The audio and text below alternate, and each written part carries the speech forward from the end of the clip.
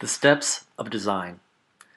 This is a practical framework for considering all the different elements when designing a learning event, whether it be a face-to-face workshop, an online learning program, or a conference.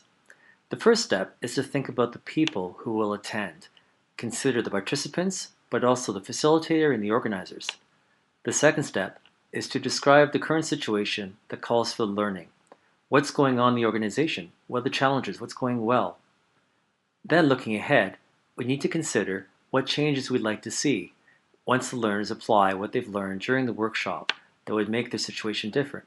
Think about changes in their behavior, changes in the organization, as well as changes in the community. Then we need to think about the time. Consider the date of the event, anything that would be important, say the seasons or other events going on, and also the time that you have for the event and the actual time after breaks. Fourth, let's look at the location. Where is the event taking place? Both the city, but also give some consideration to the venue. That might be a workshop space, or it might be an online platform. Then we look at the content. This describes the knowledge, the skills, and the attitudes that the learners need to engage with.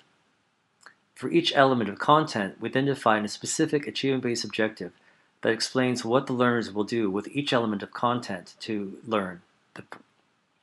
Then we look at the process, which describes the learning task, which is a series of instructions to the learners that describes how they will engage with the content in order to meet the learning objectives. This is the steps of the design framework. What are your questions?